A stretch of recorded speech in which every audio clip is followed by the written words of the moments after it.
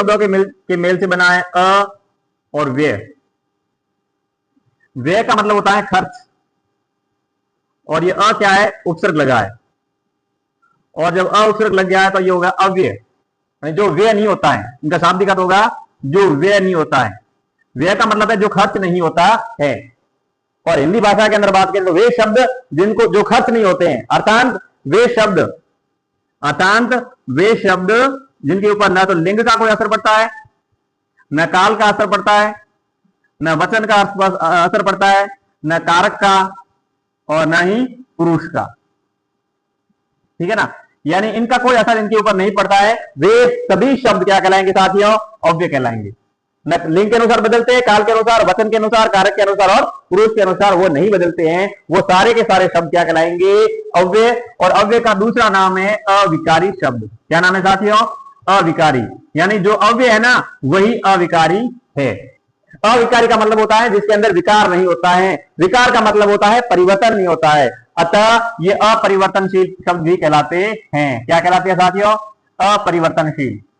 यानी इनमें किसी प्रकार का कोई परिवर्तन नहीं होता, चाहे लिंग, काल, वचन, कारक, पुरुष कुछ भी हो।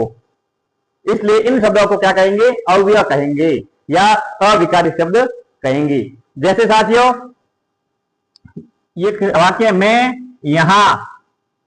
यहां पढ़ रहा हूं, मैं यहां पढ़ रहा हूं।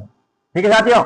और दूसरा वाक्य है, हम यहां पढ़ रहे हैं, हम यहां पढ़ रहे हैं। देखो मैं एक वचन, हम बहुवचन हो गया, लेकिन यहां में कोई परिवर्तन नहीं आया। मैं यहां पढ़ रहा था, पढ़ रहा हूं। और अगर मैं ये लिख दूं कि मैं यहां पढ़ रहा था, देखो मैं यहां पढ़ रहा हूं वर्तमान काल का वाक्य, और मैं यहां पढ़ रहा था भूतकाल का वाक्य, लेकिन यहां में कोई परिवर्तन नहीं आया। देखो काल के अनुसार भी कोई परिवर्तन नहीं आया और वचन के अनुसार भी कोई परिवर्तन नहीं आया। मैं यहां पढ़ रहा था, वह यहां पढ़ रही थी। देखो स्त्रीलिंग हो गया, लेकिन यहां में कोई परिवर्तन नहीं आया। इसका मतलब यहां क्या है, ये अव्यय है।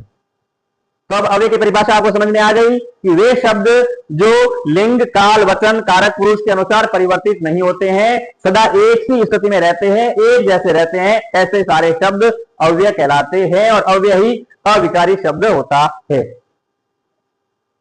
आई बात समझ में है साथियों।